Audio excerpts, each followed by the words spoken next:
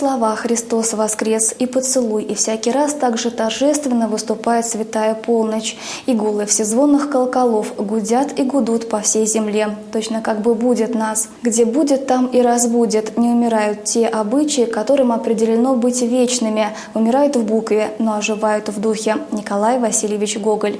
Еще не наступило воскресенье, но уже все наполнено этой предпасхальной радостью. Сегодня, накануне этого светлого праздника, у камина говорим о правилах и традициях, о душе и испытаниях и, конечно, радостном ожидании.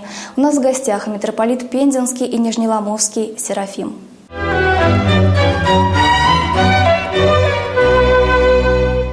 Ваше Высокопреосвященство, здравствуйте. Заканчивается Страстная Седмица, и сейчас православные находятся в таком ожидании светлого праздника Пасхи. Я думаю, что у каждого остались такие воспоминания из детства о подготовке к этому дню. Я вот, к примеру, помню, как мои бабушки, мама готовились, как пекли куличи, красили яйца. И, конечно, мы в этом тоже участвовали, в этом процессе. А вы помните, как в вашей семье готовились к этому празднику?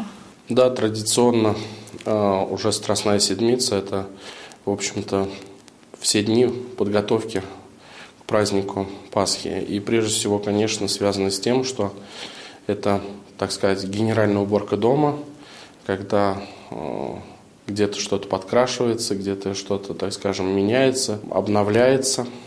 Ну и, конечно, уже страстные дни – это подготовка и творожной Пасхи, которую в семье у нас всегда готовили традиционно, то есть из своего молока, которое ждали, когда оно скиснет, затем, делали из этого творог, и уже вот с четверга начинали непосредственно готовить саму Пасху. Ну и, конечно, суббота, она еще в народе иногда даже и называется красильной субботой, когда красят яйца. Конечно, мы дети, которые жили в советское время, и поэтому все равно в этом смысле мы немножко ущемлены. Сейчас уже, слава Богу, в наших православных семьях даже та же красильная суббота, она уже рассматривается совершенно по-другому. Это есть некий такой воспитательный момент для ребенка, потому что семья вся собирается, либо во главе с отцом, либо во главе с матерью, и дети сами занимаются росписью яиц, насколько хватает их фантазию, умения. И потом каждый идет своими расписанными яйцами, и у священника их освящает и разговляется уже в светлое Христово воскресенье вот этим своим лично приготовленным яичком, которое, собственно говоря, является символом для многих детей, именно таким самым ярким символом праздника. Поэтому, конечно, такие детские впечатления по подготовке, по ожиданию самого праздника Пасхи, они в сердце человека, наверное, каждого сохраняются навсегда. Владыка, вы славить ходили? Нет. К сожалению, вы знаете, мое воцерковление, оно приходилось уже на более юношеские годы, где-то примерно 7, 8, 9 класс. И в это время уже дети такие менее открытые, когда они могут так с открытым душой, с открытым сердцем. Тем более я хочу сказать о том, что мы все-таки не были воспитаны в чисто таком православном духе. Да, действительно, наши бабушки закладывали эти традиции в нас. В доме была икона, лампада, которая горела. Но, в общем-то, именно таких традиций глубоких, их как таковых уже не было. И слава Богу, что сейчас эти традиции возвращаются. И, в общем-то, я думаю, что с возрождением традиций и духовное возрождение нации, оно будет действительно полноценным. Есть такая точка зрения, достаточно распространенная, что главное – это очищение души, а не соблюдение поста как такового. Какое у вас мнение на этот счет? Я скажу, наверное, мнение не только свое, а больше мнение церковное, и я с ним полностью согласен, с тем, что действительно очень часто можно услышать о том, что главное, чтобы Христос был в сердце, и чтобы мы действительно были по натуре добрыми людьми. Я с этим соглашусь. Но, с другой стороны, мы состоим не только из духа, мы состоим и из плоти в том числе. Поэтому пост, который совершается и совершался фактически до сегодняшнего дня, хотя по церковным канонам пост, как таковой закончился в праздник входа Господня в Иерусалим, и сейчас заканчивается Страстная Седмица. Но при всем том, как бы это единое целое, когда от самого первого дня и до сегодняшнего мы полностью пребываем в посте. И это очень важно для внутреннего состояния человека, в том числе и для духовного. Почему? Потому что, воздерживаясь от пищи, мы, собственно говоря, свое тело понуждаем к тому, чтобы оно было более расслабленным. То есть не имело полных сил к нормальной жизнедеятельности. А именно в таком состоянии у человека как раз-таки и появляются мысли о том, что может привести его и к покаянию, и к переосознанию своей жизни. Ведь вы знаете, когда человек сытый, когда, так скажем, преисполнен сил, вряд ли, так скажем, он может задуматься об этом. Поэтому в этом смысле пост всегда помогает тому, чтобы правильно поститься и духовно. Я, конечно, противник крайних каких-то таких мер, когда у нас очень часто бывает так, что весь пост сводится именно только к тому, что мы не употребляем скоромную пищу. Причем сейчас, я очень часто об этом говорю, в отличие от наших предков, которые жили в 17-18 веке, сейчас очень прекрасно поститься. Сейчас масса таких продуктов, которые фрукты, овощи, соевые продукты, которые круглогодично в наших супермаркетах, и ты в любое время можешь прийти. И я порой даже говорю о том, что мы и пост как таковой не соблюдаем. Потому что пост – это не просто воздержание от животной пищи, это вообще воздержание от пищи. Употребление в маленьких количествах, ведь можно и растительной пищей наполнить свой желудок до отказа. Поэтому в этом смысле, конечно, очень важно, чтобы в этом была какая-то мера.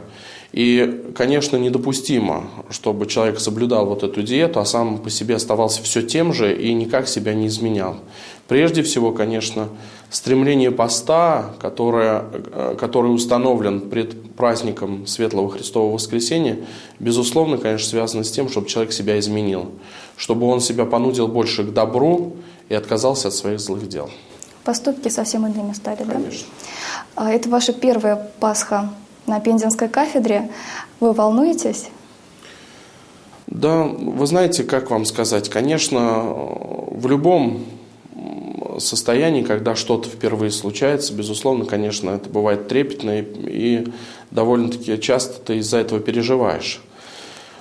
Вот, конечно, и в этом смысле и прошедший пост, и Страстная Седмица – это были те богослужения, которые я впервые совершал здесь, и нужно привыкнуть не только к тому храму, в котором совершаешь эти богослужения, но, безусловно, конечно, к народу, потому что народ все равно, паства, она всегда отличается чем-то, есть какие-то отличительные черты, поэтому в этом смысле, конечно, Пенза – это областной центр, и в отличие, так скажем, от Кузнецка, либо от тех приходов, в которых я прежде совершал богослужение Заречное или город Каменка, это, конечно, немножко другой уровень. Не в плане того, что люди совершенно другие, а в плане того, что служение в кафедральном соборе, оно, в общем-то, понимаете, как бы это не только вот определенный приход, который собирается ежедневно на все воскресные службы, а это еще и множество людей, которые приходят впервые в храм. И именно такое наполнение храмов мы наблюдаем именно в дни Великого Поста, потому что многие православные люди желают причаститься, желают пособороваться, желают помолиться за особыми покаянными богослужебными последованиями, такими как вынос плащаницы, погребение.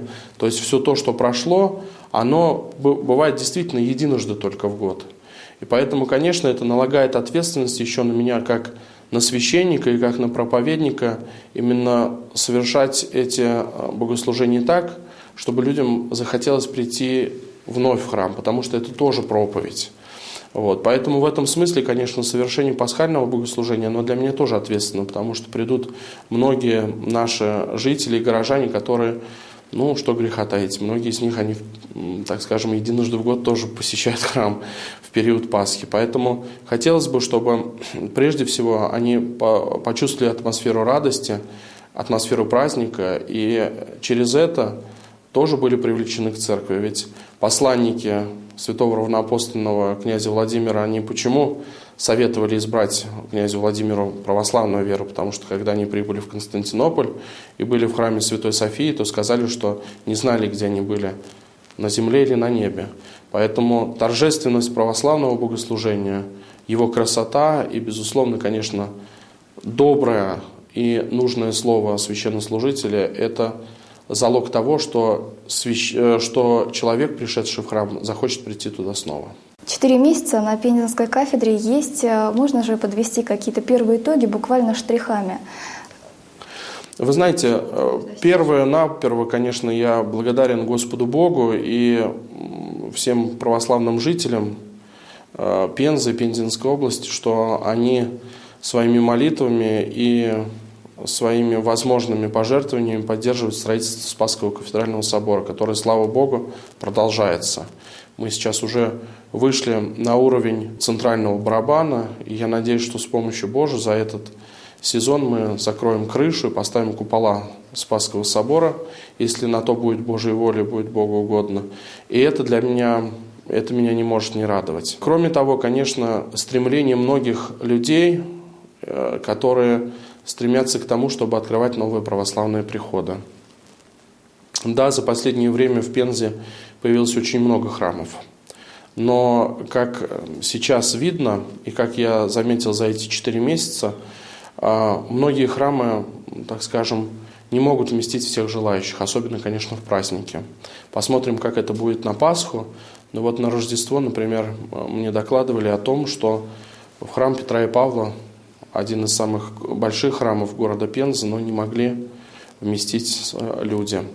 В Орбеково вообще все храмы переполнены, так как и в Терновке, поскольку районы расширяются, появляется очень много новых людей. Слава Богу, многие приходят в церковь, поэтому, конечно, слава Богу, что находятся те люди добрые, которые продолжают строить, создавать, созидать храмы. Ну и, конечно, слава Богу, что мы продолжаем, так скажем, свидетельство о православной вере. Я считаю, что благополучно в Пензенской области. Даст Бог, в ближайшее время, я думаю, что есть планы создать еще несколько проектов по социальному служению, по образованию, которые бы помогли всем тем, кто ищет Бога, обрести его в нашей Русской Православной Церкви. Если еще немножко о датах, 2 недели назад исполнилось 15 лет с того момента, как вы приняли монашеский постриг. Вот если человеку несведущему достаточно это трудно понять, что это такое, на какие лишения вам ежедневно приходится идти? Ой, да я, знаете, так скажу, особых каких-то лишений нет, конечно. Хотя, конечно, любому человеку в любом случае, конечно, сложно жить без семьи, сложно, так скажем, сохранять такое одиночество. Но, собственно говоря, у меня это все компенсируется ежедневной немалой работой, которая меня, можно сказать, с утра до ночи занимает, поэтому время, так скажем, даже на какие-то раздумья бывает очень мало. Я, в общем-то, действительно еще в семинарские годы, обучаясь в Саратовской духовной семинарии, сделал этот выбор. О нем, собственно говоря, не жалею. Почему? Потому что это был такой, наверное, первый юношеский порыв мой в вере, когда хотелось всего себя отдать на служение Господу Богу. И надеюсь, что, в общем-то, в дальнейшем это будет только, так скажем, помогать мне в моем таком, я бы сказал, нелегком служении. Почему? Потому что, конечно, быть архиереем любой епархии – это очень ответственно. Потому что, конечно, лежит груз ответственности и за тех священнослужителей, которые являются мне помощниками, совершают богослужение в Пензе и районах Пензенской области, и быть ответственным просто-напросто за всю ту паству, которую ты также ведешь к Богу. Поэтому, конечно, в этом смысле мудрое было решение наших святых отцов еще в первые века христианства, когда епископы были из монашествующих. Я думаю, что это очень помогает, потому что я, например, не представляю себе, какова бы была семья и какое бы могло быть семейное положение, когда ты, без преувеличения, где-то 17-18 часов там постоянно занят какой-то работой, и, собственно говоря, обратить внимание даже на себя порой не хватает. Поэтому в этом смысле, конечно, слава Богу, что все в моей жизни так сложилось, я за это очень Богу благодарен. А сомнения посещают вас? Как и любого человека. Если бы не было каких-либо сомнений, не было в жизни искушений, то эта бы жизнь была, слишком такой рафинированной. Поэтому, безусловно, конечно, как любого человека, в жизни бывает всякое, и когда-то приходят минуты, когда приходят некие такие, скажем, минуты, когда и сомневаешься, отчаиваешься, но все это с помощью Божией, с собственной верой превозмогаешь и идешь дальше, и несешь свой жизненный крест. Вы уже сказали о том, что ваш день буквально по минутам расписан, и Страстная Седмица – это, конечно, особое время. Как вам получается так соединять и административную деятельность, которую никто не отменял, с молитвами? Собственно говоря, вы знаете, наверное, не буду лукавить перед вами, все свои административные задачи, которые стоят на ближайшие, еще предстоящую неделю, уже прошедшую, я постарался разрешить заранее. У меня, слава Богу, есть хороший помощник, который во всем этом мне помогает. Стараюсь, чтобы Страстная и Светлая Седмица были больше посвящены молитвенному общению с народом и молитве как таковой. Но при всем том, безусловно, конечно, есть еще ряд и, так скажем, сверхзадач, кроме административных. Скажем, даже сегодняшнее присутствие с вами. То есть это тоже время, это тоже подготовка, это тоже, так скажем, какой-то небольшой отрезок жизни. И, собственно говоря, опять же, это не только российский канал в Пензе, который меня пригласил, это еще и местные каналы, с которыми нужно тоже будет пообщаться, и местная пресса. И, собственно говоря, обычные заботы, без которых, вы знаете, как бы административные заботы не откладывал или, так скажем, не решал заранее, все равно рано или поздно возникают какие-то острые моменты, которые сиюминутно нужно решить. Поэтому, собственно говоря, стараемся все это совмещать, насколько это возможно. Но эти уж, так скажем, ответственные дни, Страстной, Пасхальной недели, стараюсь все-таки больше посвящать молитве. Да и для вообще церковного иерарха очень важно найти себя именно в богослужении, в молитве, потому что именно и это помогает, способствует и вообще делает более правильными те административные решения, которые приходится принимать. Вы же сказали, что пообщаться с журналистами получается, а с пензенцами, с прихожанами получается пообщаться в это время? И с какими заботами, может быть, советы спрашивают накануне Пасхи? О чем говорят пензенцы? Вы знаете, честно скажу, что как такового прямого общения не очень получается. Конечно, прежде всего это проповедь, и какие-то короткие моменты между службами, когда можно, так скажем, у кого-то кто-то обращается со своими вопросами. Я все-таки буду стараться, чтобы это общение не было таким формальным, какое оно есть сейчас. Почему? Потому что, конечно, насколько бы не был занят архиерей, насколько бы не был занят священник, всего его главная задача состоит в том, чтобы духовно, словесно управлять той паствой, которая верена ему Богом. Поэтому мы не можем и не имеем даже такого морального такого права говорить, что мы сегодня заняты, сегодня мы не можем говорить. Конечно, нельзя, я понимаю прекрасно, нельзя и всего себя, так скажем, отдать, чтобы пообщаться с каждым человеком. Но буду все равно как-то стараться. Поэтому я неоднократно говорил спасибо и телевидению за те приглашение и ту возможность, которую вы мне даете, опять же, через телевизор общаться со своей паствой, потому что это тоже немаловажно. Не все смогут прийти в храм, не все могут посетить даже праздничное богослужение, у кого-то работа, у кого-то болезнь, у кого-то семья, у кого-то иные проблемы. Но здесь через телевидение можно пообщаться, можно поздравить друг друга с праздником. Что сегодня, в Великую Субботу, нужно еще непременно сделать, чтобы правильно встретить этот светлый праздник? Сегодня уже, знаете, наверное, как говорят богослужебное песнопение, нужно отложить всякое житейское попечение, настроить себя на такой лад именно встречи с воскресшим Христом и умиротворенным, с добрыми намерениями, с добрыми чувствами прийти ночью в храм для того, чтобы прославить воскресшего Христа вечными словами «Христос воскресе, воистину воскресе».